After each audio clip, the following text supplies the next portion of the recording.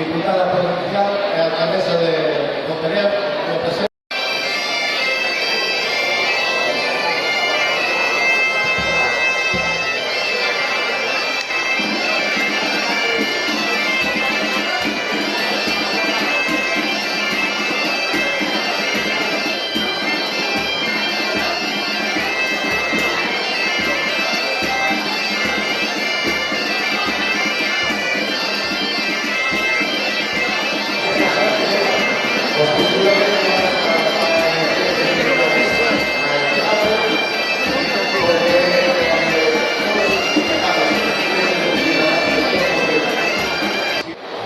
Ela foi a que nos conseguiu chegar hasta Javier. No momento que, digamos, chegamos a ela, pois todo foron facilidades.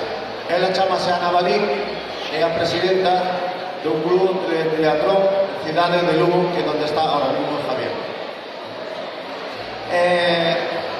Para terminar os agradecementos, personalmente, teño que darlle as grazas á comisión por deixarme ser a mí o que presente a Javier, porque eu desde moitos anos sempre fui un admirador del, o sea, foi un referente para mí polo no deporte. É o deportista que sempre poñía de exemplo na casa, algo que a nivel deportivo con o meu fillo non conseguí, porque deportivamente os dous suficiente raspado. Estou moi orgulloso deles polos seus estudos acadados, pola súa ahora mismo jornada no traballo, pero iso, raspadinho en deportes. Vale, dito isto,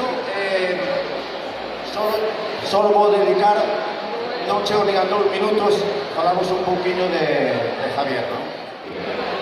Tenga contigo europeos, a poderes de Europa.